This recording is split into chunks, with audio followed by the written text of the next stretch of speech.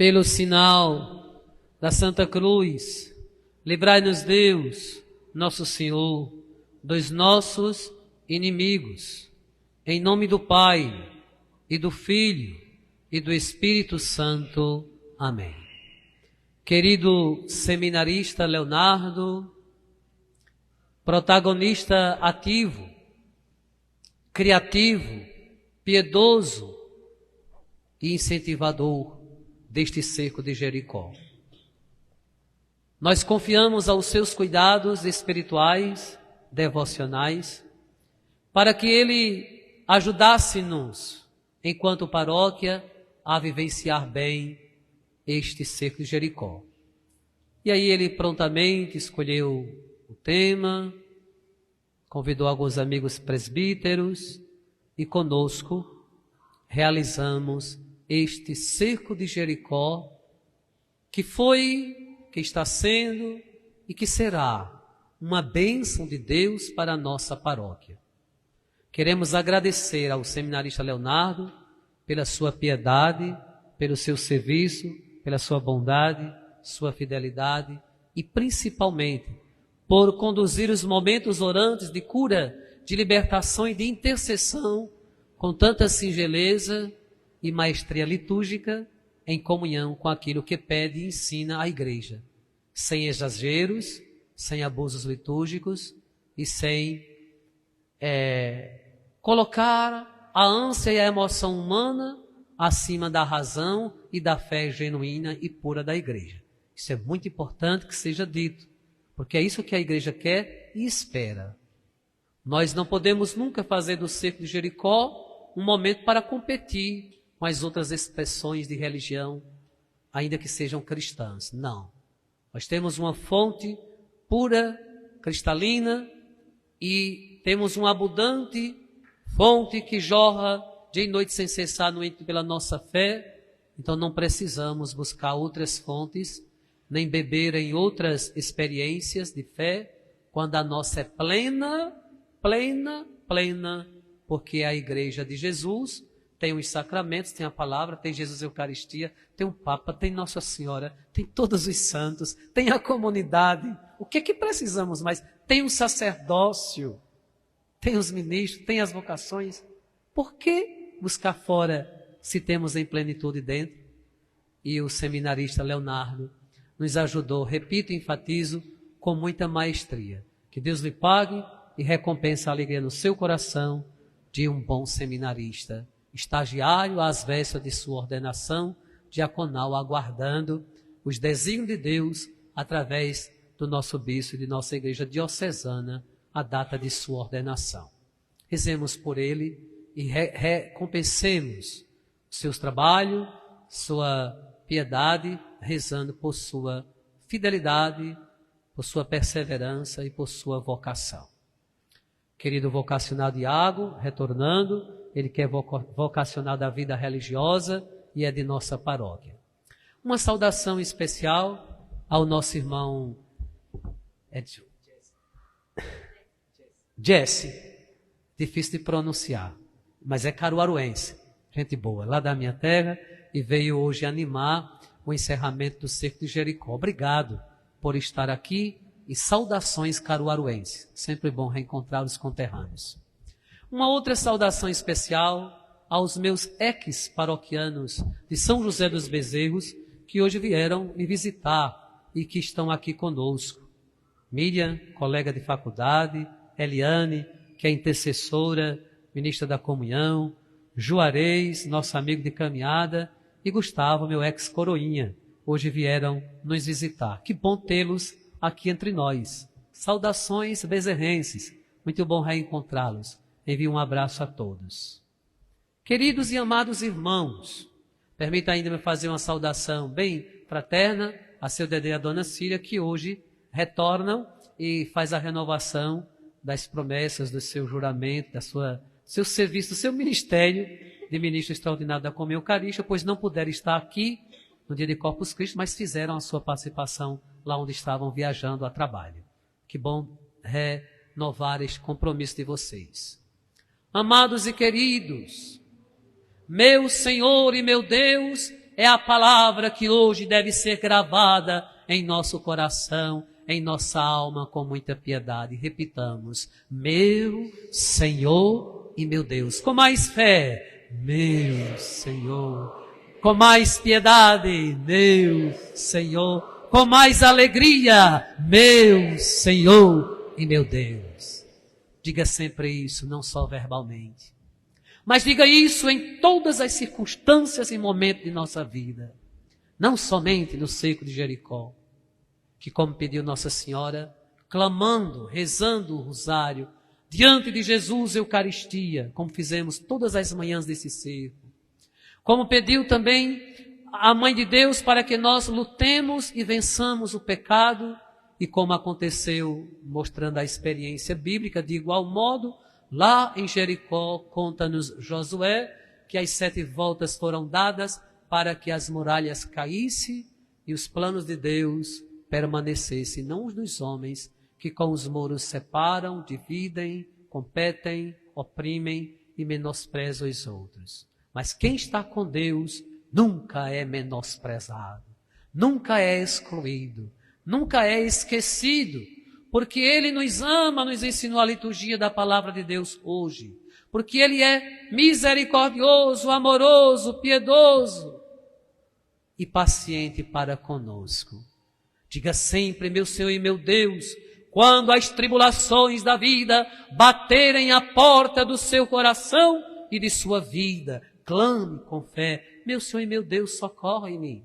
Quando as alegrias explodirem na sua vida, no seu coração, pelas conquistas que a fé nos concede, pela alegria de viver, pela alegria de servir, pela alegria de ser igreja, pela alegria de ser católico, pela alegria de poder ter fé, você diga também nos momentos de alegria: meu Senhor e meu Deus. E como no casamento, lá no matrimônio, na alegria e na tristeza, na saúde e na doença, em tudo e em todos os momentos ou circunstâncias de nossa vida, possamos dizer: meu Senhor e meu Deus. Lhes garanto uma coisa: como que uma força inexplicável, como que uma força incompreensível vai invadir a sua alma, vai invadir o seu coração.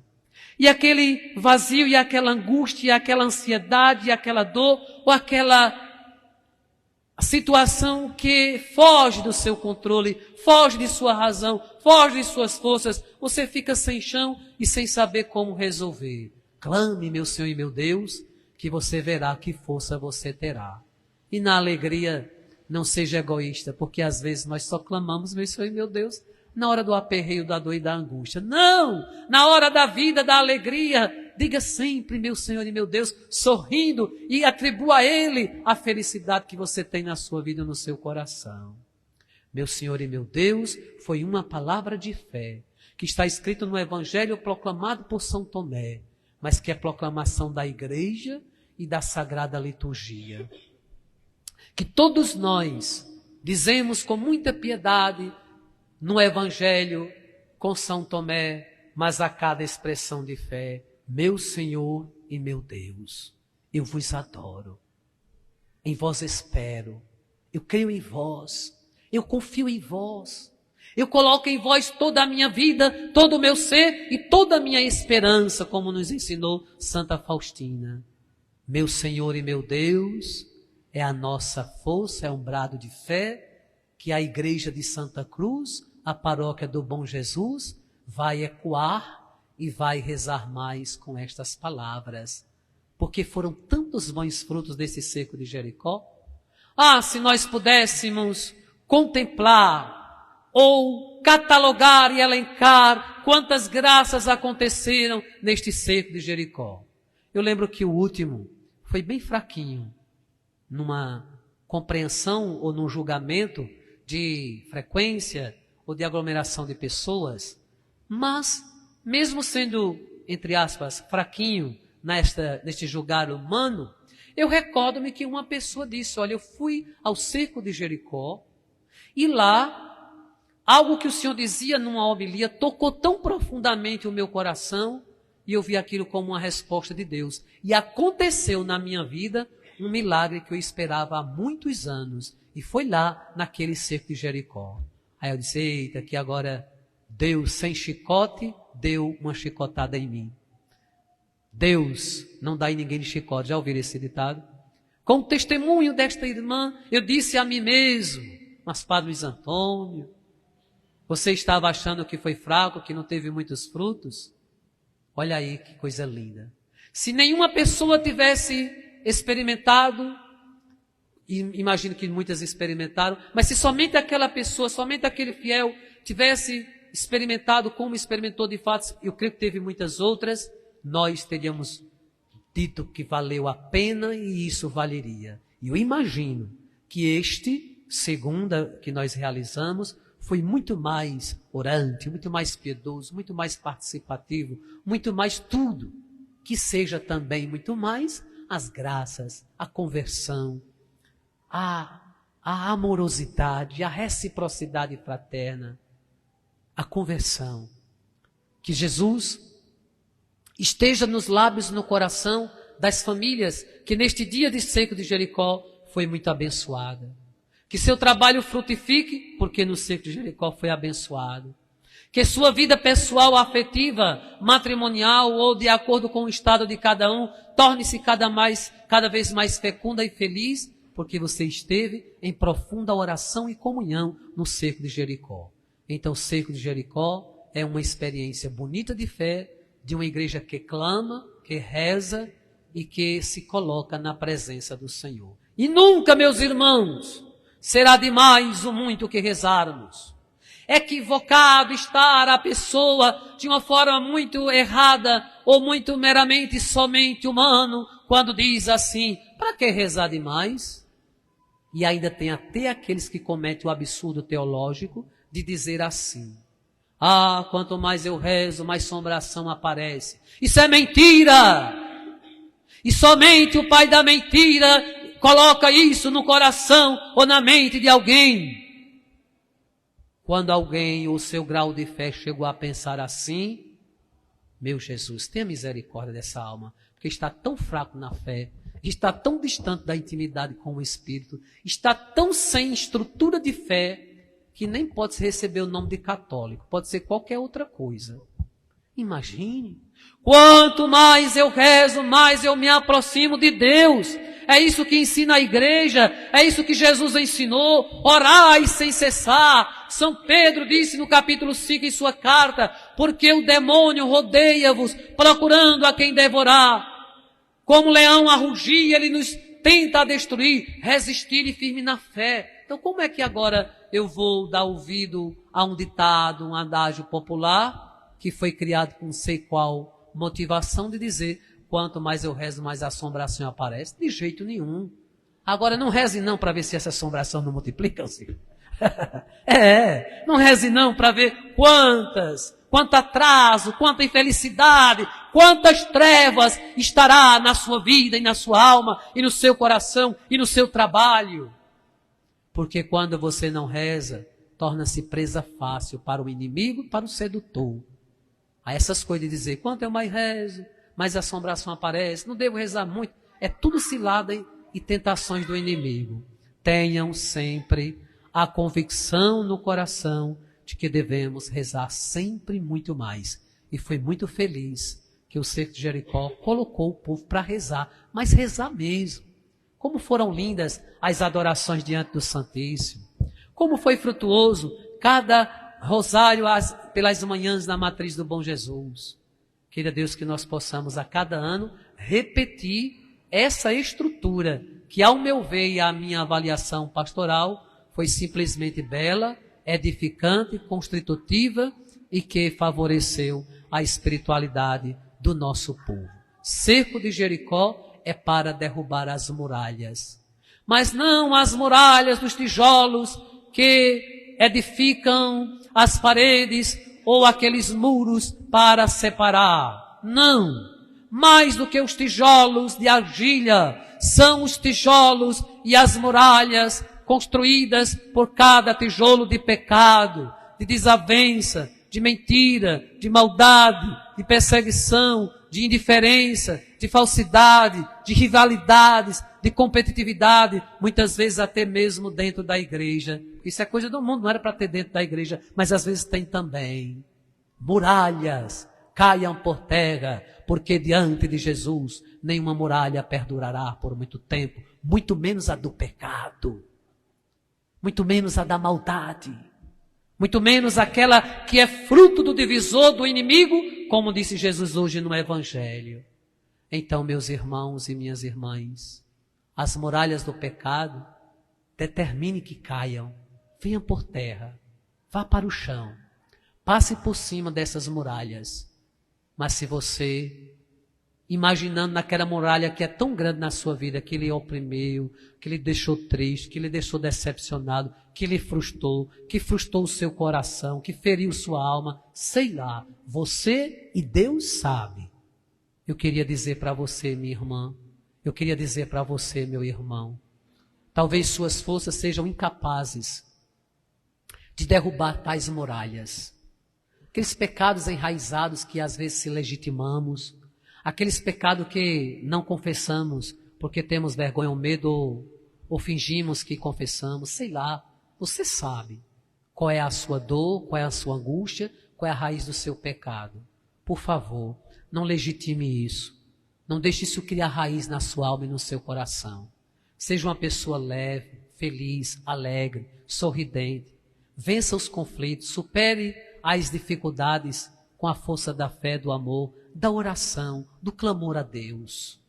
Mas se você continuar legitimando, por exemplo, conservando mágoas, ódios, desavenças, decepções que a gente vai guardando no coração, não, joga fora, tira tudo fora, porque senão isso vai criar uma muralha espiritual dentro de você, e aí você vai ficar cada vez mais distante de Deus, porque essas muralhas nos distanciam de Deus. As muralhas do pecado nos distanciam de Deus. Por isso, olhai para Jericó, como contou Josué. Olhai para Nossa Senhora, como lá pediu a todo mundo. Olhai e aprendei que não deveis viver imerso no pecado, mas deveis superar e derrubar as muralhas com a força da oração. Por si só você não consegue, mas reze mais, seja humilde, confesse-se com frequência, tenha vida de oração e tenha sempre como crivo.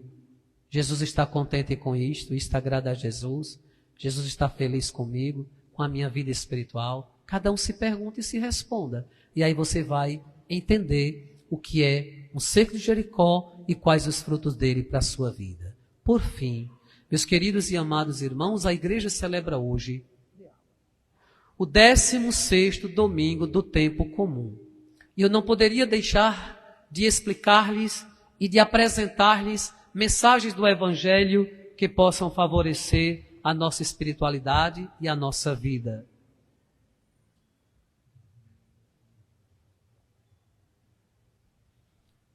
A liturgia de hoje tem como centralidade a paciência. Paciência de Deus para conosco, em esperar a nossa conversão, em esperar que nós voltemos para Ele, em esperar que nós o amemos em primeiro de tudo, plenamente tendo como primazia de nossas vidas. Ele espera sempre conosco. Mesmo que você tenha se distanciado, mesmo que você tenha se angustiado e vivido mais nas trevas do que na luz, Ele espera paciente por você. E o Salmo de hoje nos diz que Ele é paciente, é amor, é paciência e é perdão. A primeira leitura do livro da sabedoria disse que Ele concede a confortadora esperança de que o perdão dos pecadores vem dele para todos nós. Eu sou pecador, você é pecador, nós somos pecadores. E Ele concede o perdão a todos os pecados. Volte para casa pensando nisso. O meu pecado não é maior do que a graça e do que a misericórdia do Senhor. Ele é bondade, Ele é paciência, Ele é amor, Ele é compaixão e Ele perdoa o pecado. Nos ensinou o livro da sabedoria. O Salmo recordou novamente esta verdade. Tende pena e olhai para mim, confirmai com vigor o vosso servo. Vós, porém, sois clemente e fiel, sois amor, paciência e perdão. Repito e enfatizo a beleza e a grandeza litúrgica, teológica, pastoral deste Salmo 85, que nós poderíamos sempre reviver e meditar em casa com piedade.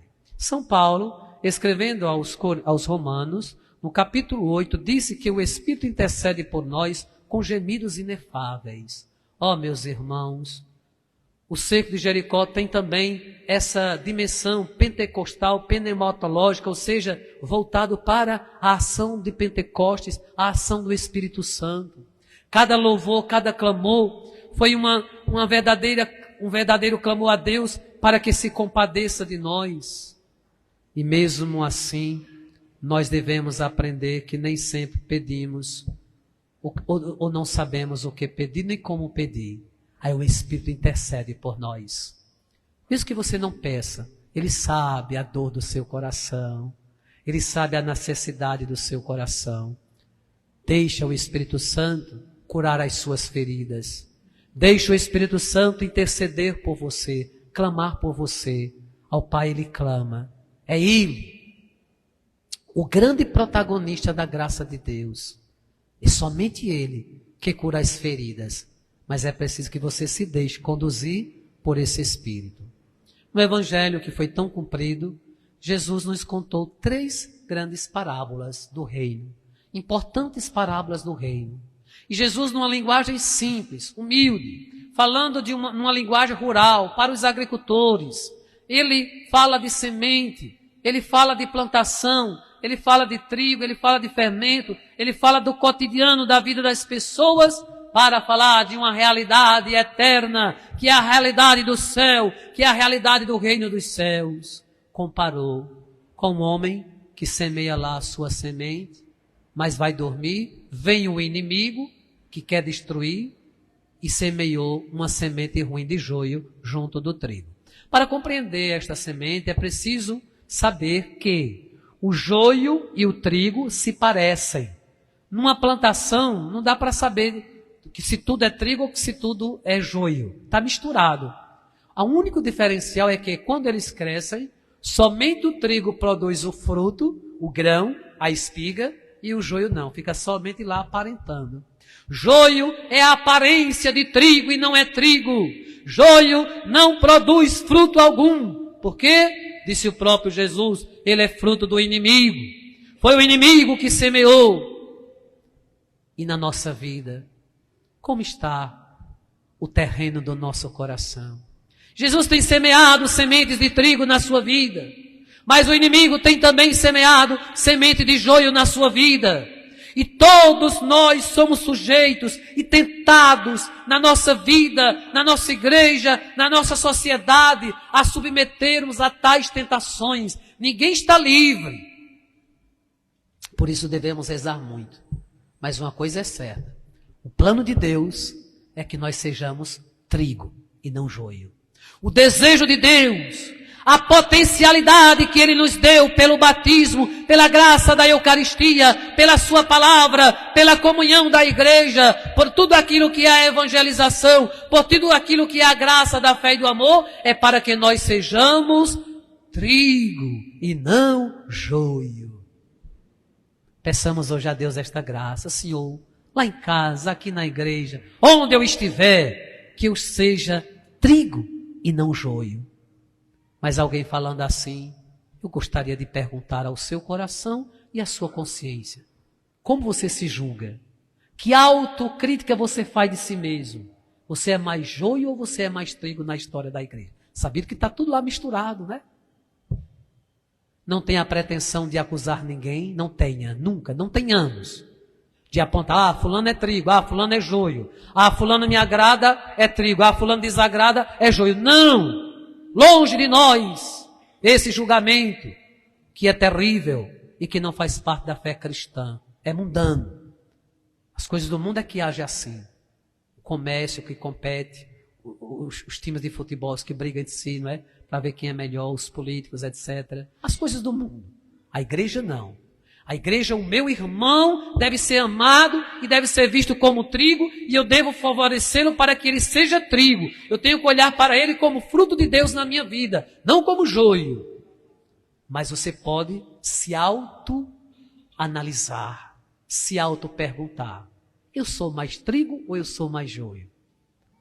E se a sua consciência pesa nesse momento, e se você talvez diga assim: ó Padre Luiz Antônio, ó Padre Luiz Antônio, esta carapuça cai na minha consciência, na minha cabeça, e eu tenho sido tanto joio na minha família, no meu matrimônio, junto com os meus pais, junto com os meus filhos, junto com os meus amigos, lá no meu trabalho, lá na minha pastoral, lá na minha igreja, lá na minha paróquia, eu tenho sido mais trigo do que joio. Se aperreie não, se desespere não. Ter esta consciência é o primeiro passo para mudar. Só muda quem reconhece seu pecado, só cresce quem reconhece sua fragilidade, só prospera quem reconhece as suas limitações. Coloque-as diante de Deus e clame: meu Senhor e meu Deus, ajuda-me a não ser joio e ensina-me a ser trigo do teu evangelho. Porque Jesus deixou bem claro, né? Olha, o semeador é o Senhor. A semente é a palavra, é o reino que eu semeio. O campo é o mundo. Mas há um sábio que diz, e um santo que diz, que estes celeiros podem ser comparados à igreja, à comunidade de fé, à nossa paróquia, aonde são recolhidos aqueles que deram frutos bons, os trigos.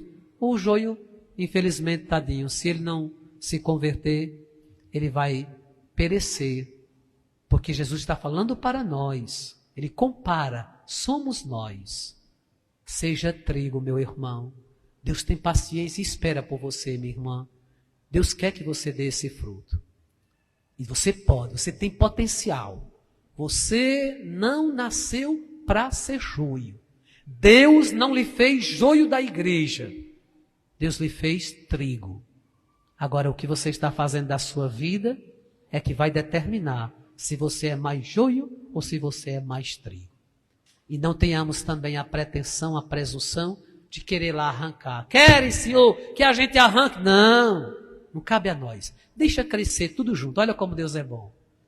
A gente tem a mania de condenar quem não presta, expulsar quem não presta, mas ninguém presta para quem não presta, não é assim?